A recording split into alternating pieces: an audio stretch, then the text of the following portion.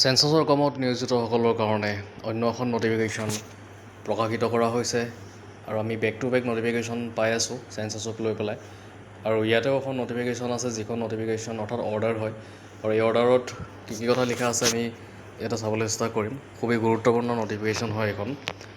আৰু ইয়াতে যদি আপোনালোকে চাই দেখিবলৈ পাব, ইয়াতে কৈছে যে বিভাগীয় মুৰব্বীসকলক নিৰ্দেশ দিয়া হৈছে যে তেওঁলোকৰ প্ৰশাসনিক নিয়ন্ত্ৰণাধীন সকলো বিষয়া আৰু কৰ্মচাৰীক জনাব যে জনগণনা কাৰ্যত সহায় আগবঢ়োৱাৰ বাবে আইন অনুসৰি দায়িত্বপ্ৰাপ্ত কোনো জনগণনা বিষয়া যদি নিজৰ ওপৰত অৰ্পিত দায়িত্ব পালন কৰিবলৈ অস্বীকাৰ কৰে, দায়িত্ব পালন কৰোঁতে যুক্তিসংগত যত্ন নলয় অথবা জনগণনা আইন 1948 বা তাৰ অধীনত প্ৰস্তুত নিয়ম অনুসৰি আইনসন্মতভাৱে জাৰি কৰা কোনো আদেশ মানি নচলে, তেন্তে তেওঁ জনগণনা আইন 1948 ধাৰা 11(1) ক আৰু ধাৰা 11(1)(r) অনুসৰি শাস্তিযোগ্য হ'ব।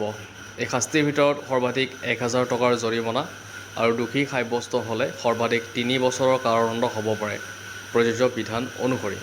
ইয়াৰ উপৰিও সকলো বিভাগীয় মুৰব্বীসকলক নিশ্চিত কৰিবলৈ নিৰ্দেশ দিয়া হৈছে যে গৃহ তালিকাভুক্তিকৰণ আৰু গৃহ গণনা HLO জনগণনা 2027ৰ প্ৰথম পৰ্যায়ৰ বাবে নিয়োজিত master trainer, field trainer, enumerator, supervisor, সংৰক্ষিত কৰ্মচাৰী আদিক জিলা আয়ুক্তৰ পূৰ্বানুমতি অবিহনে কোনো ধৰণৰ ছুটি বা কেজুৱেল লিভ বা আৰ্ণ লিভ বা চাইল্ড কেয়াৰ লিভ বা অন্য যিকোনো ছুটি মঞ্জুৰ কৰা নহ'ব।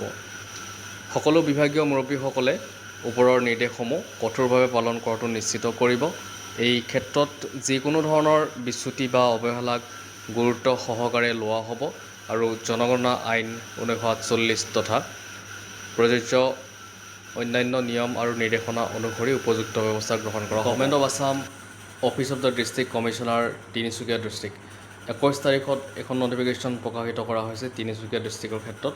আৰু এনেকুৱা ধৰণৰ নটিফিকেশ্যন আমি আৰু এখন ডিষ্ট্ৰিক্টত পাইছিলোঁ আৰু সেইটো ভিডিঅ' প্ৰস্তুত কৰি ইতিমধ্যে দিয়া হৈছে।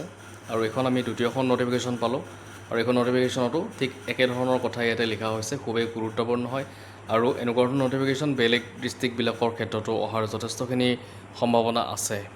আৰু যেতিয়া আমি পাম সেইবোৰ ডিষ্ট্ৰিক্টৰ ক্ষেত্ৰতো আমি নটিফিকেশ্যনত কি কি লিখা থাকে গোটেইখিনি কথা আমি আলোচনা কৰিম ভিডিঅ'ৰ মাধ্যমেৰে। তো দেখিবলৈ পালে আপোনালোকে ইয়াতে 21 তাৰিখৰ এখন নটিফিকেশ্যন অৰ্ডাৰ হয় আৰু অৰ্ডাৰৰ সমস্ত কথাখিনি আমি ধুনীয়াকৈ আলোচনা কৰিলোঁ। আৰু যদি ভিডিঅ'টো ভাল লাগিছে লাইক, শ্বেয়াৰ আৰু ছাবস্ক্ৰাইব কৰিব।